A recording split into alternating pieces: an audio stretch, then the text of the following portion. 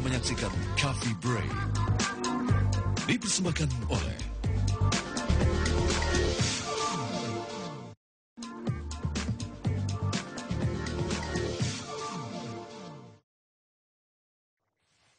Selamat pagi pemirsa Coffee Break, Asti Mohtar kembali menjumpai Anda, di mana kali ini Coffee Break adalah persembahan perbincangan bersama Direktorat Jenderal Perhubungan Laut Kementerian Perhubungan Republik Indonesia.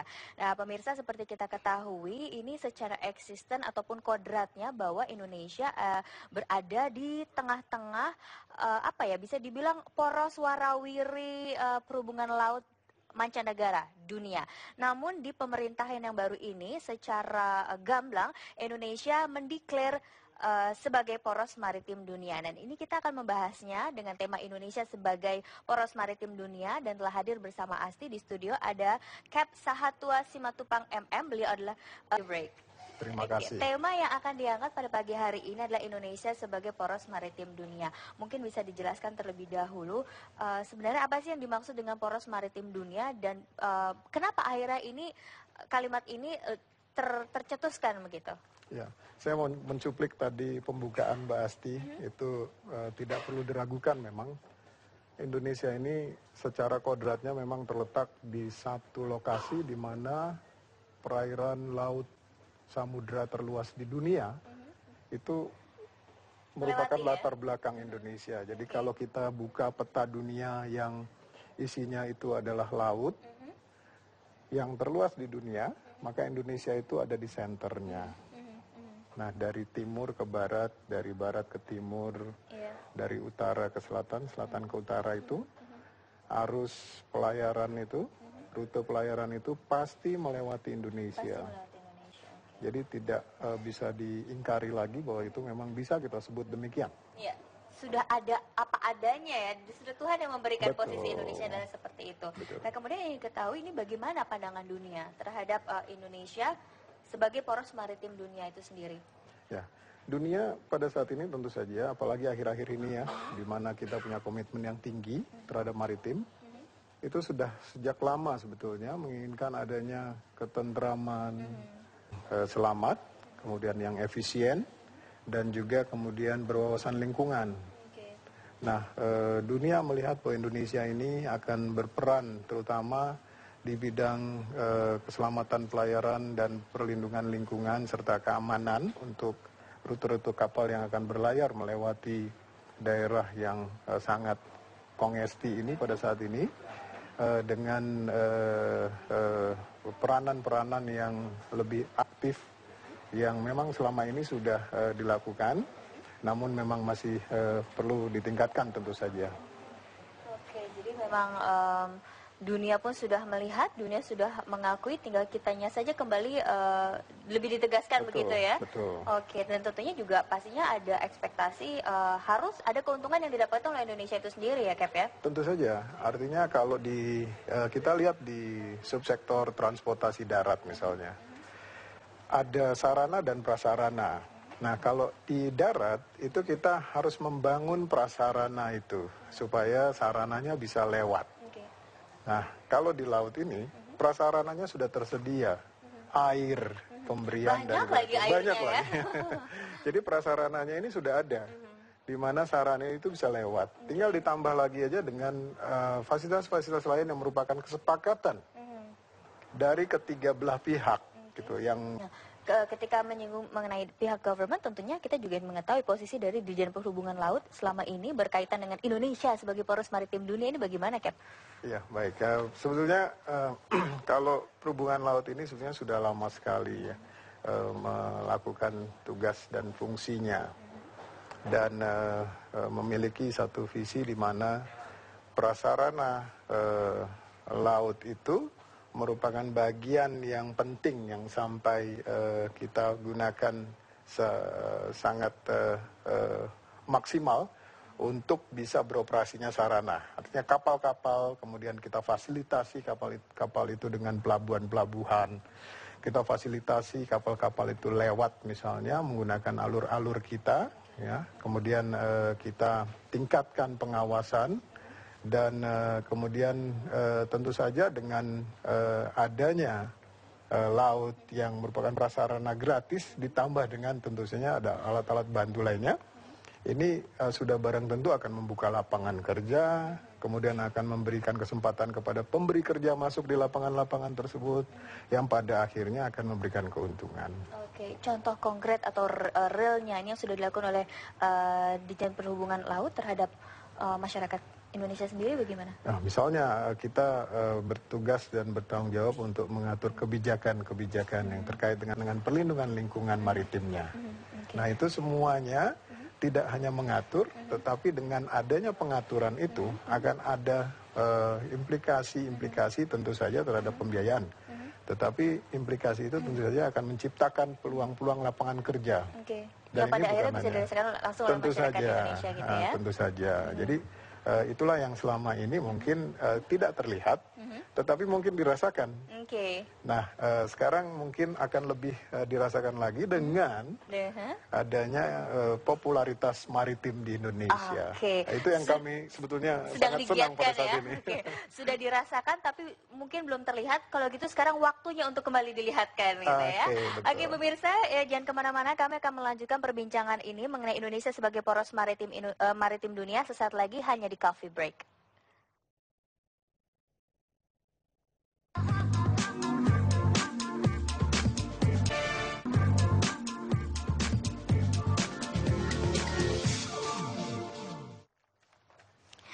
Kembali lagi di Coffee Break, ini adalah persembahan dari Direktorat Jenderal Perhubungan Laut Kementerian Perhubungan Republik Indonesia dan kami masih membahas mengenai Indonesia sebagai poros maritim dunia. Tadi pada segmen pertama ditanyakan bentuk realnya yang bisa dirasakan langsung oleh masyarakat. Tentunya kalau dari Dirjen Perhubungan Laut bisa dirasakan akibat adanya kebijakan yang memang sudah berjalan dan lebih digiatkan lagi. Ini bagaimana, Cap? Ya betul.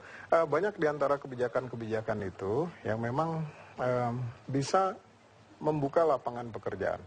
Kami ambil contoh misalnya, katakan dari awal, ketika kita misalnya menyatakan diri menjadi anggota maritim internasional, maka akan ada lapangan pekerjaan dan pemberi kerjaan usaha-usaha kegiatan transportasi laut Indonesia keluar.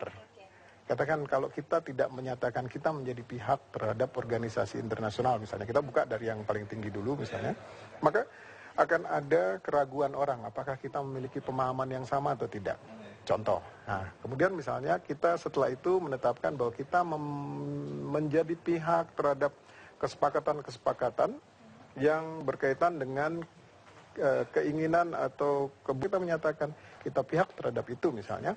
Contoh misalnya kita pihak terhadap safety of life at sea misalnya. Satu konvensi besar yang merupakan konvensi utama di transportasi laut.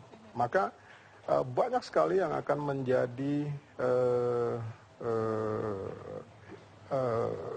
kegiatan lanjutan daripada ratifikasi tersebut. Misalnya, contohnya misalnya kita bisa membangun galangan kapal, kita bisa membuat kapal dengan itu. Misalnya sekolah-sekolah yang terkait dengan pelayaran akan timbul misalnya kegiatan-kegiatan yang berkaitan dengan penjaminan pergerakan kapal itu sendiri, misalnya industri asuransi akan timbul misalnya untuk menjamini. Juga akan timbul juga misalnya yang jelas-jelas nyata.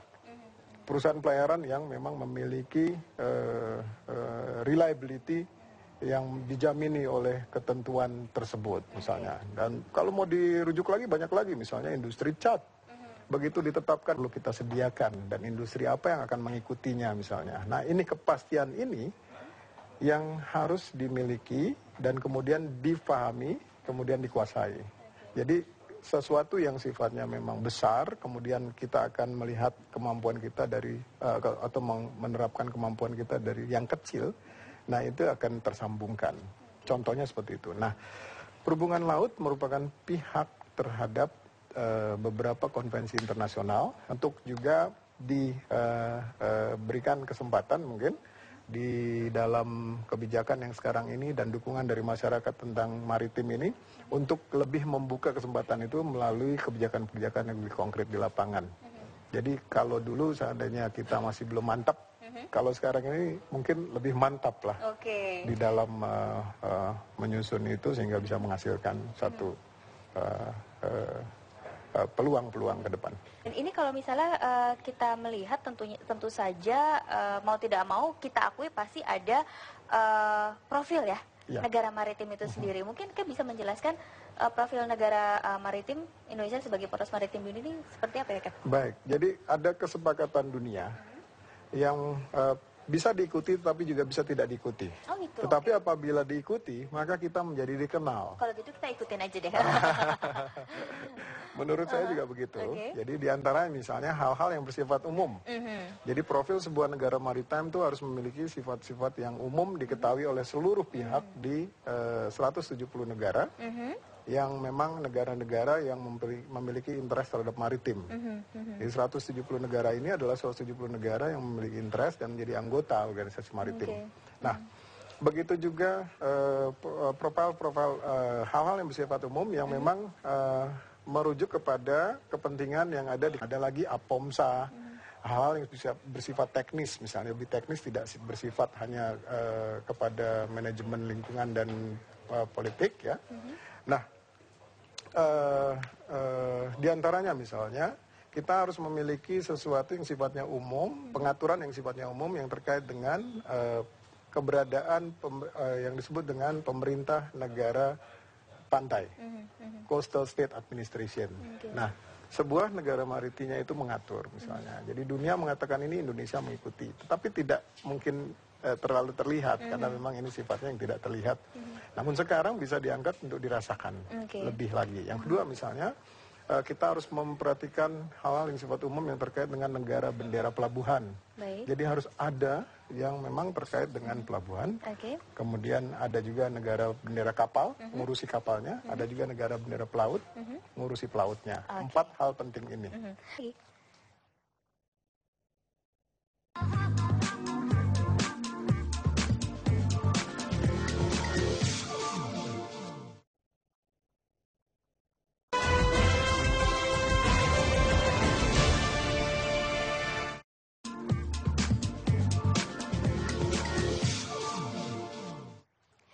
Kembali dalam Coffee Break dan kita membahas mengenai Indonesia sebagai poros maritim dunia bersama Kep Satwa Simatupang, dan kita akan melanjutkan kembali tadi pada segmen sebelumnya Kep Satwa sempat menyebutkan informasi. Kita membahas mengenai Indonesia sebagai poros maritim dunia bersama Kep Satwa Simatupang, dan kita akan melanjutkan kembali tadi pada segmen sebelumnya Kep Satwa sempat menyebutkan informasi umum ya sebagai bagian dari profil negara maritim, dan ini masih ada beberapa poin lanjutannya. Silakan. Terima kasih. Tadi secara umum. Nah, di luar daripada yang umum itu, yang seluruh negara itu tunduk kepadanya itu, dan pengaturannya memang sudah luas dan detail mengenai itu. Kita juga ada hal yang perlu kita perhatikan yang sudah kita laksanakan. Namun nasional. Kemudian kita harus memiliki satu kebijakan juga atau satu profil yang berkaitan dengan pemerintah negara maritim. Misalnya ada kementerian saat ini. Jadi itu satu indikasi yang sangat bagus sekali pada saat ini. Jadi betul-betul ini memang merefer kepada itu. Nah kemudian suatu pemerintah negara maritim ini tentu saja hubungannya dengan competence authority. Jadi kalau ada pemerintah negara maritim tentunya di situ akan ada penetapan competence authority-nya yang mana. Yang lain mungkin berkoordinasi, kemudian berasosiasi. Pasti akan ada satu focal point terhadap satu permasalahan. Kemudian ada profil tentang penerapan hukum maritim. Nah, hukum maritim ini agak berbeda tentunya ya. Jadi akan ada kejelasan kepastian hukum yang terkait dengan hukum maritim. Kemudian ada diklat maritim. Pendidikan dan pelatihan maritim ini penting untuk menjamin adanya SDM yang tepat, memiliki kompetensi dan profisiensi yang sesuai standar internasional maupun domestik. Tidak melulu hanya internasional. Kemudian ada juga profil tentang keselamatan navigasi maritim. Navigasi maritim diantaranya orang mungkin tidak mengira ada SAR misalnya, Search and Rescue. Di situ di dalam ada sesuatu yang penting terkait dengan keselamatan navigasi maritim. Ada juga misalnya rute pelayaran harus diatur. Ada juga yang terkait dengan misalnya VTS, Vessel Traffic System. Bagaimana kapal itu termonitor. Pada saat ini sudah dilakukan, lalu ada radar dan lain sebagainya. Itu keselamatan navigasi maritim. Juga ada meteorologi, ada hidrografi, pemetaan. Kemudian ada keselamatan kapal non-konvensi. Ini unik karena hanya Indonesia satu-satunya yang lebih besar dibandingkan negara-negara lain. Bahkan negara-negara besar yang masuk kategori negara superpower, itu mungkin kita lebih lengkap pada saat ini. Jadi ada keputusan Menteri Perhubungan nomor 65 yang menetapkan bahwa kita punya domestic standard. Jadi kita ada dua rezim, international convention dan non-convention untuk domestik.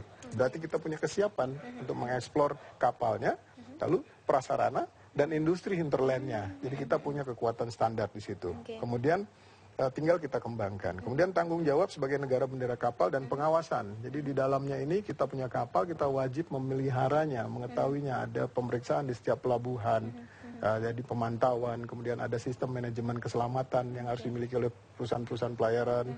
Kemudian yang terakhir tentu saja kita butuh hal-hal yang sifatnya kerjasama. Kira-kira demikian. Nah ini berkaitan dimention mengenai kerjasama, tentunya kita juga ingin mengetahui ini kerjasama terhadap siapa saja dan apa yang sudah dilakukan, baik itu dalam negeri maupun luar negeri untuk lebih mencanamkan sebagai Indonesia sebagai poros maritim dunia nih, Kev. Iya, ini yang menarik. Karena tidak ada satupun negara di dunia yang merupakan anggota IMO tidak memiliki kerjasama satu dibandingkan negara lain yang lebih tidak beruntung dibandingkan kita. Nah, kita mungkin bisa memanfaatkan yang namanya ITCP, Integrated Technical Cooperation Program. Jadi kalau dulu kita asistensinya itu langsung, fully dari mereka, tapi kita bisa combine. Jadi ada asas kebutuhan kita dikombinasikan dengan kemampuan di luar, kemudian sama-sama melakukan ini, jadi integrated. Nah, itu satu program yang sangat bagus di internasional. Ada juga misalnya yang sifatnya regional, misalnya kita membangun sebuah standar, misalnya yang regional standar, misalnya saat ini ada di BIMIAGA, ada di ASEAN, kemudian ada di APOMSA di kalangan Asia Pasifik. Kemudian kita juga mengikuti hal-hal yang terkait dengan pembahasan untuk kerjasama di bidang maritime transport, ya, di dalam maritime transport working group di ASEAN, atau di transportation working group di APEC, ya. Nah, seperti itu. Di dalam negeri kita juga misalnya di dalam menetapkan satu kebijakan yang sifatnya multilateral internasional, misalnya kita bekerjasama dengan pihak Kementerian Luar Negeri misalnya, di dalam memahami kira-kira politik luar negeri kita seperti apa, asing juga maunya kemana, kemudian kita menetapkan bahwa kita harus mengusulkan sesuatu. Nah, mengusulkan sesuatu ini implikasinya juga harus jelas gitu kira-kira, tidak juga tidak menguntungkan misalnya. Nah, ini kerjasama dalam negeri misalnya dengan KKP misalnya, udah pasti ini sudah lama sekali. Misalnya untuk perikanan, ya, untuk kemudian BPPT misalnya, ada juga kaitannya dengan human element. Manusia dan teknologi itu merupakan bagian yang tidak terpisahkan. Kalau aspek kesejahteraannya itu dengan tenaga kerja, tetapi kemudian aspek kemampuan capability-nya itu misalnya harus didesain sedemikian rupa dengan perindustrian misalnya. Nah, ini sebagai aspek human element. Dan kerjasama lainnya tentu saja yang sifat misalnya pengawasan pengamanan dengan TNI AL, dengan kepolisian, seperti itu. Nah, kira-kira hal seperti itu mungkin. Oke. Dan ini dalam waktu dekat apakah mungkin terlahirkan kebijakan yang baru begitu, Cap? Ya. Mungkin salah satu contoh saja dari kerjasama kita misalnya, kita pernah mengalami kasus tumpahan minyak di Montara dulu, ya, di antara Timor dengan Australia. Nah, dari sana kita mungkin melakukan sesuatu, evaluasi, lalu kita kemudian mengangkatnya untuk menciptakan satu rezim internasional gitu. Nah, ini memang perjalanan panjang. Tetapi kalau kita tidak mengusahakan ini bersama-sama dengan organisasi internasional dan teman-teman dari Kementerian Luar Negeri, Kementerian Lingkungan Hidup, maka standar ini tidak tercipta di dunia. Karena yang mengalami kasus ini hanya Indonesia. Jadi kalau seandainya kita tidak memiliki standar ini, dunia tidak memiliki, maka kita tidak bisa berbuat apa-apa, maka kita berinisiatif. Misalnya contoh satu kerjasama, ini saat ini sedang bergulir. Diharapkan kita menjadi lead, ya, kerjasama dengan organisasi internasional. Terima kasih banyak Cap Sahatwa Simatupang atas kehadirannya selaku Direktur Perkapalan dan Kepelautan Ditjen Perhubungan Laut Kementerian Perhubungan, begitu ya, atas kehadirannya, informasi yang telah disampaikan mengenai Indonesia sebagai poros maritim dunia. Pemirsa jangan kemana-mana karena selain berikut ini masih akan ada informasi yang juga tidak kalah menariknya di sini hanya di Coffee Break. Sesaat lagi, ya. Cap, terima kasih banyak waktunya.